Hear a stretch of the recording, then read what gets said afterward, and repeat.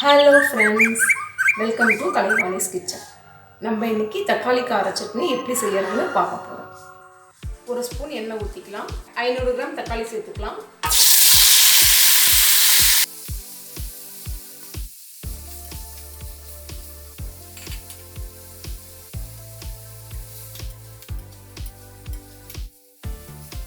பாருங்க, தக்காளி ஓரளவுக்கு வதங்கிடுச்சு.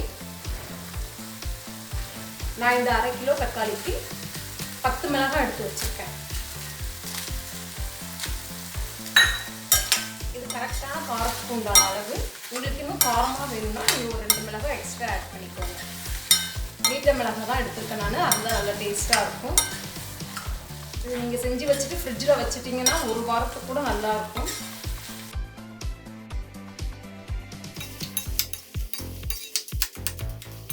தேவையான அளவு உப்பு சேர்த்துக்கலாம்.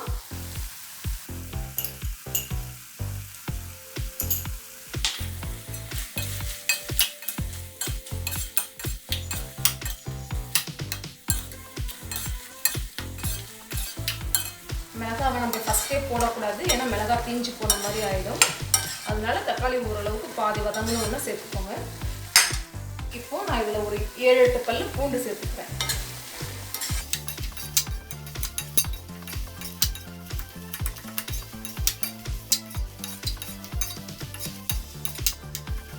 பாருங்க, இப்போ தக்காளியில் இருக்கிற தண்ணியெல்லாம் கொஞ்சம் வச்சு கொஞ்சம் கெட்டியான இது வந்துருச்சு. நம்ம இப்போ ஆஃப் பண்ணிவிட்டு ஒரு பிளேட்டில் போட்டு ஆற வச்சு மிக்சியில் நான் அரைச்சி எடுத்துகிட்டு வந்துடுறேன்.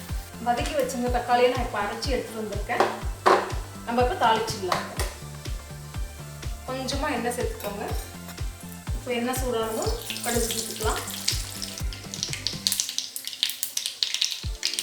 கடுகு பிடிச்சதும் கொஞ்சம் கருவேப்பிலை சேர்த்துக்கோங்க.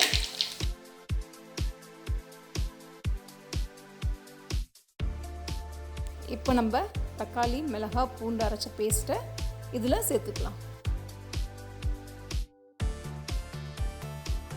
ஒரு 2-3 மினிட்ஸ் இருந்தால் போதும்.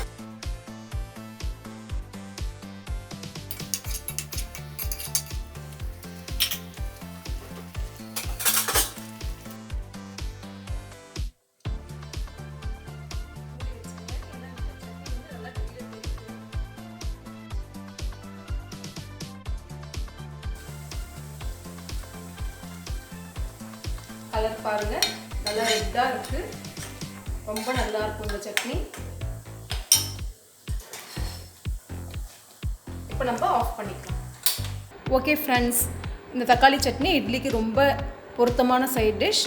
தோசை சப்பாத்திக்கும் நல்லாயிருக்கும். நீங்கள் கண்டிப்பாக ட்ரை பண்ணி பாருங்கள். ட்ரை பண்ணிவிட்டு உங்களோட ஃபீட்பேக்கை என் கூட ஷேர் பண்ணுங்கள். வீடியோவை லைக் பண்ணுங்கள், ஷேர் பண்ணுங்கள், என்னோடய சேனலை சப்ஸ்கிரைப் பண்ணுங்கள். நான் இன்னொரு இன்ட்ரெஸ்டிங் ரெசிபியோடு உங்களை சந்திக்கிறேன்.